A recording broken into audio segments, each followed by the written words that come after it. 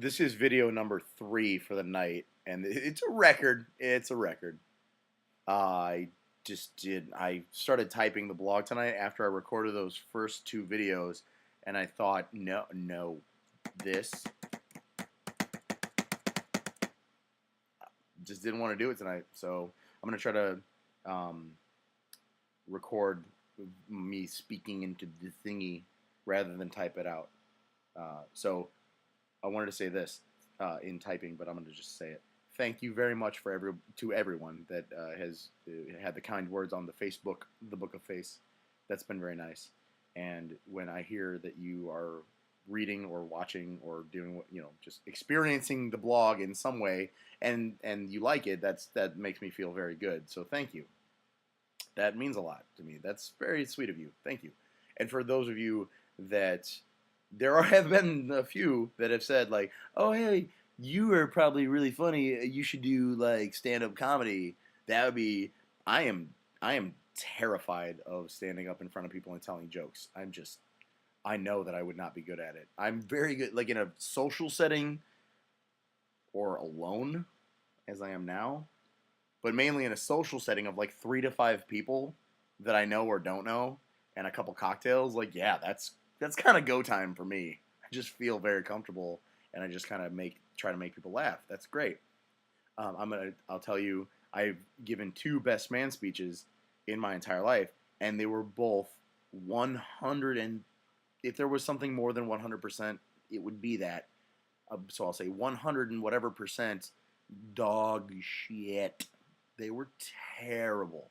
Just the worst best man speeches. I improvised the first one. It was horrible. And I wrote the second one, and I think it was even worse.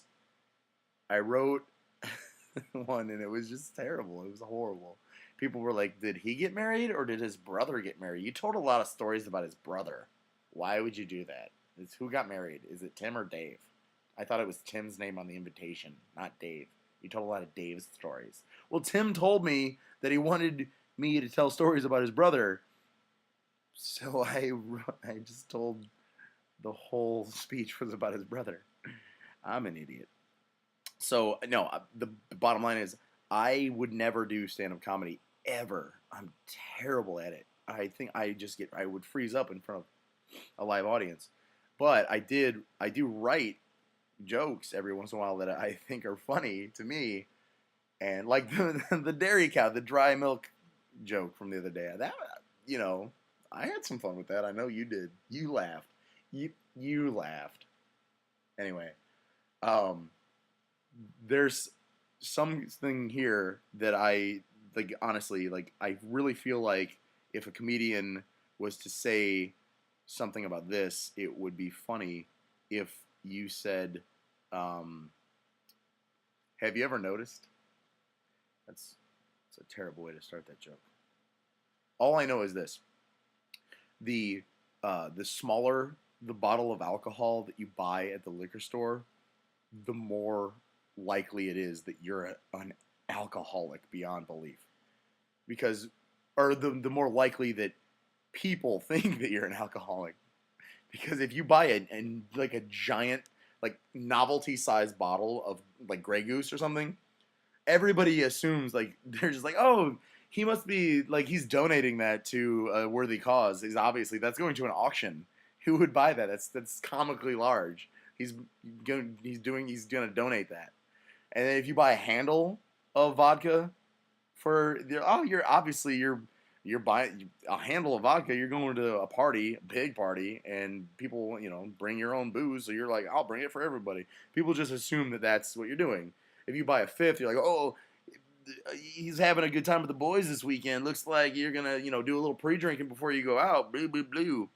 If you buy one of those like pint things that are like the one step down from the fifth of vodka, it's like, oh, somebody's taking a little nip here at work here and there that you might need a talking to, because if it gets a little, let's not, you're kind of drinking on the job, aren't you?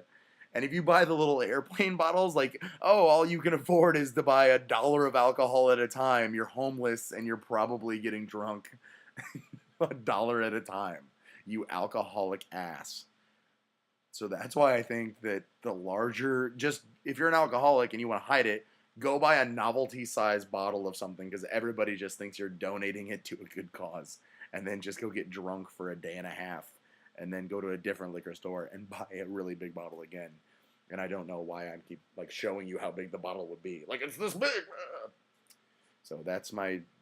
So if you're a comedian, a professional comedian, and you want to use that bit, that's all you. Don't even thank me for it. You're welcome. It's, I don't know how to end this one. Good night.